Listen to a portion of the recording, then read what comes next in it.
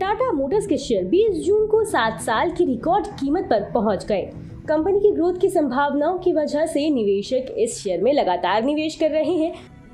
BSE पर company के share 3.10% की बढ़ोतरी के साथ 583.30 रुपए पर बंद हुए, जो 8 सितंबर 2016 के बाद सबसे ज्यादा है। चलिए जानते हैं कि कंपनी के स्टॉक क्यों तेज रफ्तार में भाग रहे हैं।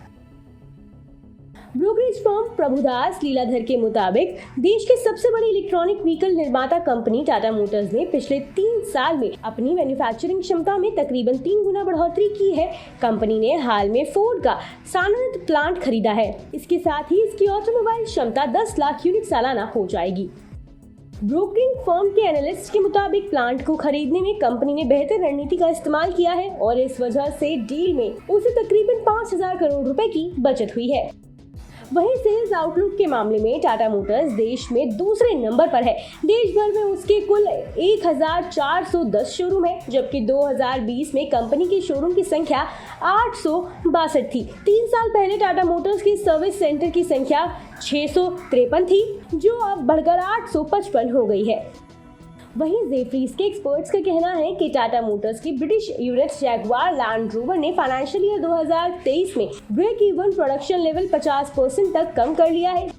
JLR अब पूरी तरह से इलेक्ट्रिक प्लेटफॉर्म पर उतरने को तैयार है। लिहाजा कंपनी कैसल ब्रोमविच प्लांट में गाड़ियों की असेंबलिंग का काम बंद कर सकती है। एक्सपर्ट्स के मुताबिक इस कदम से कंपनी को कई मोर्चों पर फायदा हो सकता है। JLR ने अपने प्लेटफॉर्म की संख्या को घटाकर 9 से 7 कर लिया है और इलेक्ट्रिक व्हीकल रणनीति लागू होने के बाद उसका मकसद इसे और घटाकर 3 तक सीमित करना है। मांग में बढ़ोतरी और पैसेंजर व्हीकल फ्रेंचाइज में बेहतरी से कंपनी की भारतीय इकाई को फायदा मिल रहा है। टाटा मोटर्स की रणनीति SUV और बेहतर प्रोडक्ट स्टाइल पर फोकस करने की है, ताकि कंपनी भारतीय पैसेंजर व्हीकल मार्केट की संभावनाओं का लाभ उठा सके। जेफरीज के मुताबिक चिप सप्लाई की मुश्किलें अब दूर हो रही हैं और इस वजह से JLR के ऑपरेशनल और फाइनेंशियल परफॉर्मेंस में काफी सुधार देखने को मिल रहा है। बता दें कि यह मुहैया जानकारी सिर्फ सूचना हेतु दी जा रही है। मार्केट में निवेश बाजार जोखिमों के अधीन है। निवेशक के तौर पर पैसा लगाने से पहले हमेशा एक्सपर्ट से सलाह लें। मनी कंट्रोल की तरफ से किसी को भी पैसा लगाने की यहाँ कभी भी सलाह नहीं दी जाती है।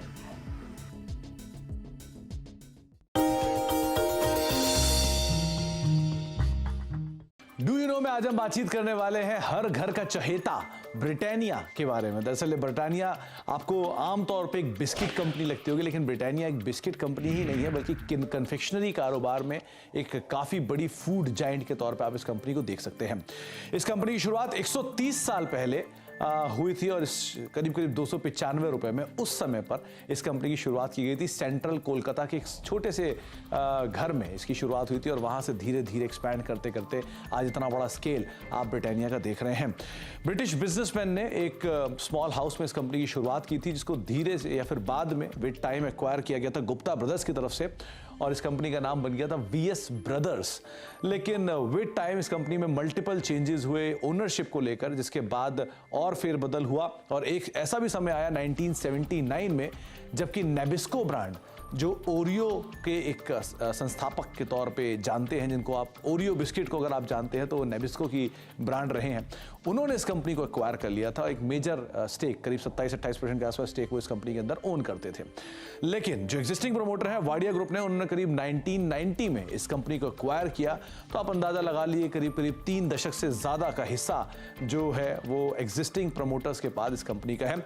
इसके अलावा एक और इंटरेस्टिंग फैक्ट ये भी है कि वर्ल्ड वॉर 2 जब हुआ था तो इस कंपनी को एक ऑफिशियल पार्टनर के तौर पर चुना गया था। जो ये कंपनी जो सैनिक थे उनको फूड बिस्किट्स प्रोवाइड कराती थी, जो कि उनके आगे के लिए कामकाज करते थे। तो एक बड़ा इंटरेस्टिंग फैक्ट ये भी है कि आर्मी को भी ये कंपनी सप्लाई करती थी वर्ल्ड वॉर 2 के अंदर।